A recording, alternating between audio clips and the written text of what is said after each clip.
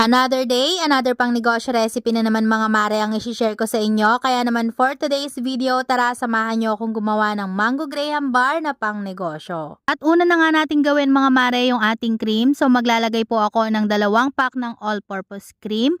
Chilled overnight po ito. And then maglalagay din tayo dito mga mare ng 1 can ng condensed milk. And lastly mga mare, maglalagay din po ako ng 1 can ng creme densada chilled overnight. Lahat po ng ginamit ko dito sa ating cream mga mare ay chilled overnight para po mas mabilis nating madoble ang volume ng ating cream.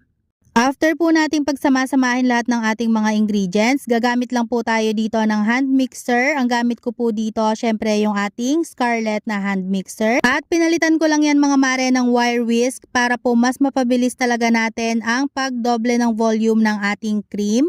At simula nga nung ginamit ko to mga mare, mas napapabilis na nga ang trabaho ko dahil napakabilis na lang talaga magdoble ng volume nitong ating cream. And ganito na nga yung kakalabasan nito after. Hindi nga natin kailangan gumastos ng malaki agad mga mare para makagawa ng ganitong cream. Kaya naman kung gusto nyo rin ito, ilalagay ko na lang sa comment section o sa yellow basket. At eto nga, ready na lahat ng ating kakailanganin mga mare, yung ating sliced mangoes, yung ating cream and syempre yung ating graham cracker.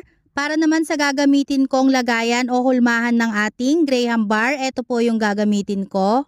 Napakaganda nitong gawing hulmahan sa ating mga graham bar mga mare dahil nga saktong-sakto lang talaga dito yung ating graham cracker. Kaya naman hindi na natin kailangang mag-cut dahil saktong-sakto na siya.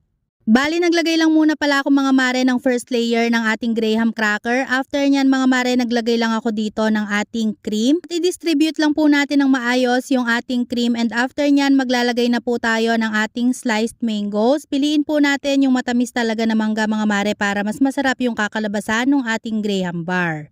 At after po nating maglagay ng ating mangga, maglalagay ulit tayo dito mga mare ng ating cream at pupunuin na natin yan at magtitira na lang tayo ng space para doon sa ating graham cracker. Make sure lang din po natin na talagang pantay yung pagkakalagay ng ating cream and after nyan mga mare, ilalagay na natin yung ating graham cracker. Tignan nyo naman yan mga mare, talaga namang pantay na pantay at saktong-sakto lang talaga yung ating graham cracker dito sa ating hulmahan o sa ating lagayan. At fast forward na nga tayo mga mare, kapag matigas na yung ating graham bar, i-slice na po natin yan. Ito po yung gamit kong slicer.